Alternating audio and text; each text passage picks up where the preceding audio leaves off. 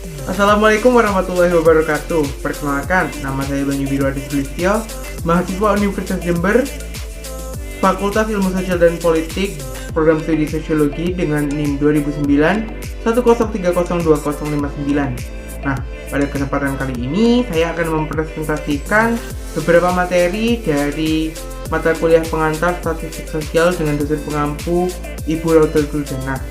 Nah, tanpa berlama-lama lagi, mari kita bahas bersama. Nah, pertama-tama kita akan membuka aplikasi SPSS-nya terlebih dahulu.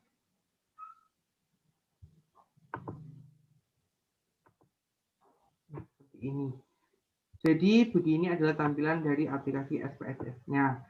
Pertama-tama, untuk membuat kolom-kolom isi data itu kita membuka variable view terlebih dahulu. Jadi, nanti kita akan mengisi ini untuk membuat kolom-kolom yang nantinya akan diisikan data di data view. Nah, kita pada kali ini kita akan membuat data yang simpel-simpel saja. Jadi mungkin akan hanya beberapa kolom saja yang dibuat ya. Yang pertama-tama itu kita buat kolom nama responden. Jadi seperti ini, nama responden. Type yang digunakan itu adalah string. Width-nya ini bisa kalian tinggikan sesuai dengan kebutuhan. Nah, labelnya ini kita isi sama yaitu nama responden. Selanjutnya kita buat kolom kedua yaitu jenis kelamin. Jenis underscore kelamin. Type yang digunakan itu numerik. Labelnya itu diisi jenis kelamin responden.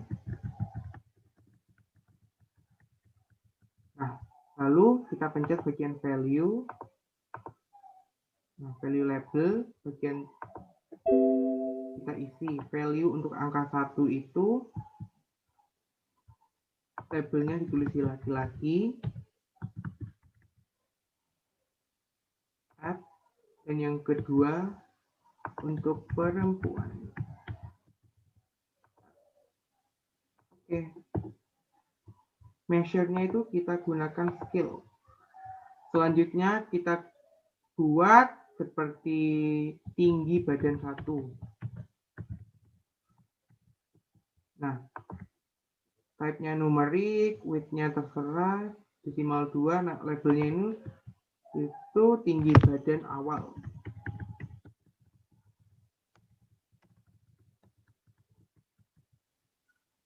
Bisa awal masuk kuliah atau awal masuk SMA. Di sini mungkin kita akan menggunakan awal masuk SMA ya, jadi kelas 10.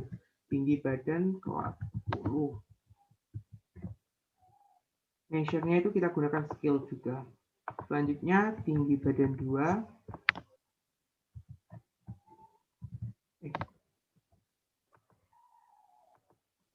Tinggi badan 2.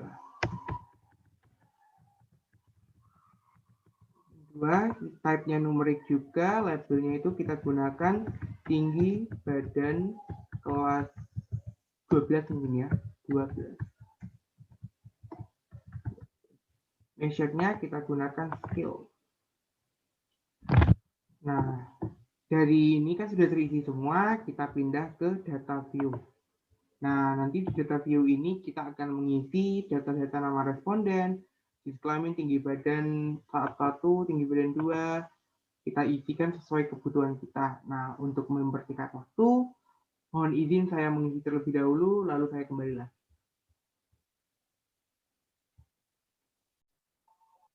Nah, berikut merupakan tampilan apabila kolom-kolom tadi sudah diisi data. Nah, di sini saya menggunakan data random siswa-siswi dari sebuah SMA X ya. Kita gunakan SMA X sebanyak 30 anak. Nah, yang pertama-tama kita akan melakukan uji coba yaitu menggunakan uji coba one sample t-test. Nah, one sample t-test ini digunakan untuk menguji satu variabel saja. Seperti mungkin kita akan menguji untuk mengetahui apakah siswa-siswi SMA X ini tinggi badannya itu bisa melebihi mungkin 160 cm ya. Jadi kita coba. Yang pertama-tama kita pencet bagian analyze, selanjutnya compare min, dan pilih bagian one sample t-test. Nah, Di sini kita menggunakan tinggi badan kelas 12 sebagai testing variabelnya dan test value-nya itu 160. Lalu kita lihat oke. Nah, kita tunggu sebentar lalu kita pindah ke bagian output-nya. Nah, pada bagian output-nya ini dapat kita lihat jika dari 30 anak itu bisa kita lihat jika rata-rata tinggi badan 30 anak itu adalah 164 cm. Jadi untuk membuktikan apakah data tersebut bisa dibilang signifikan atau tidak, mari kita lihat bagian bawahnya yaitu kolom one sample test.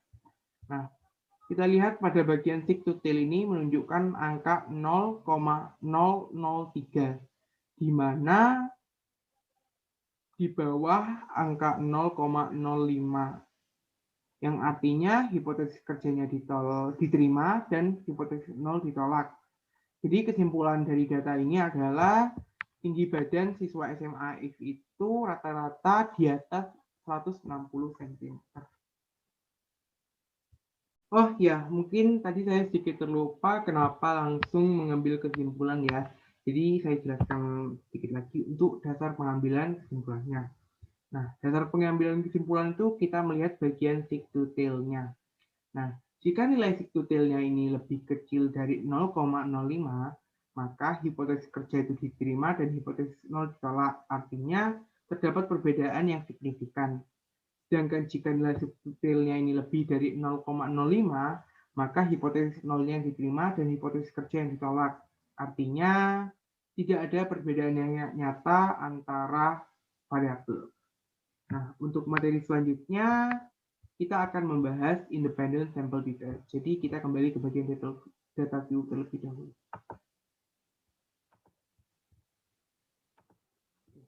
Nah, independent sample detail ini digunakan untuk mengetahui apakah terdapat perbedaan dari rata-rata dua sampel yang tidak berpasangan. Nah, caranya itu kita lihat bagian analyze, lalu compare mean, pilih bagian independent sample detail.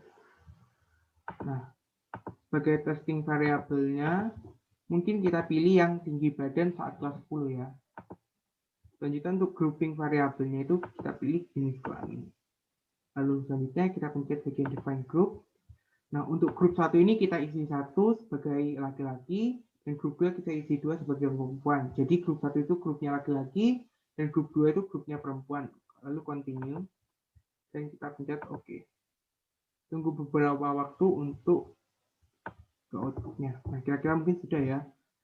Kita pindah ke bagian output. Nah, di bagian output,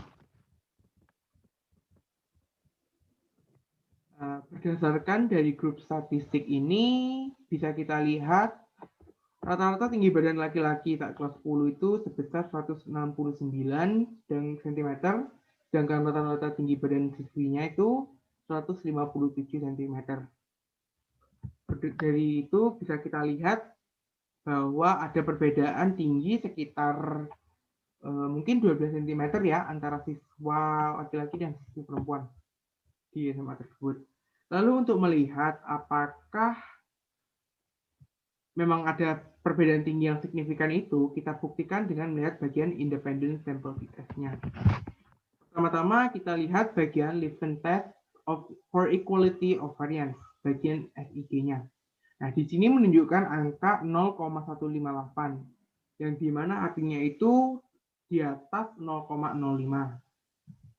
Kemudian karena ini 0,158 ini tinggi, berarti nanti selanjutnya kita beralih ke bagian t-test for equality of mean.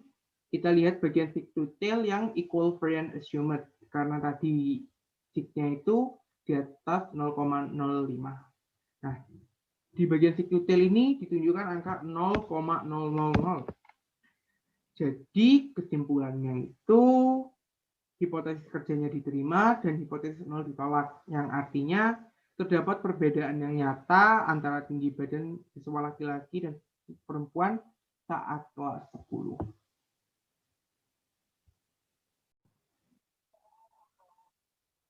Nah, untuk materi ketiga kita akan membahas paired sample t-test. Kita kembali dulu ya ke bagian data view.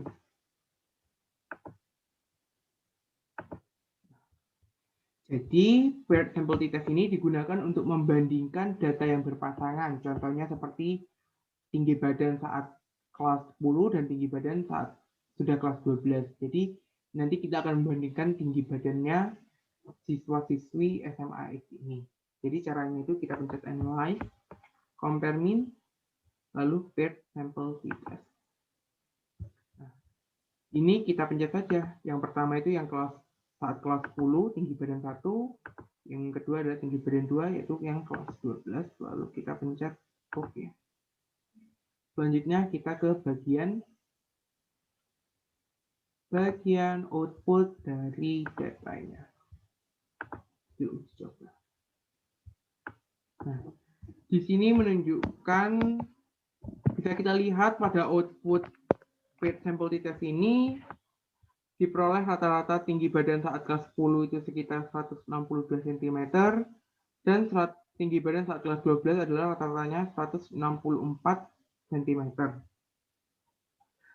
Maka bisa kita lihat bahwasanya ada perbedaan yang nyata antara rata-rata tinggi badan saat kelas 10 dan kelas 12. Selanjutnya, untuk membuktikan apakah perbedaan tersebut nyata atau signifikan, maka kita akan lanjut melihat bagian paired sample correlation terlebih dahulu.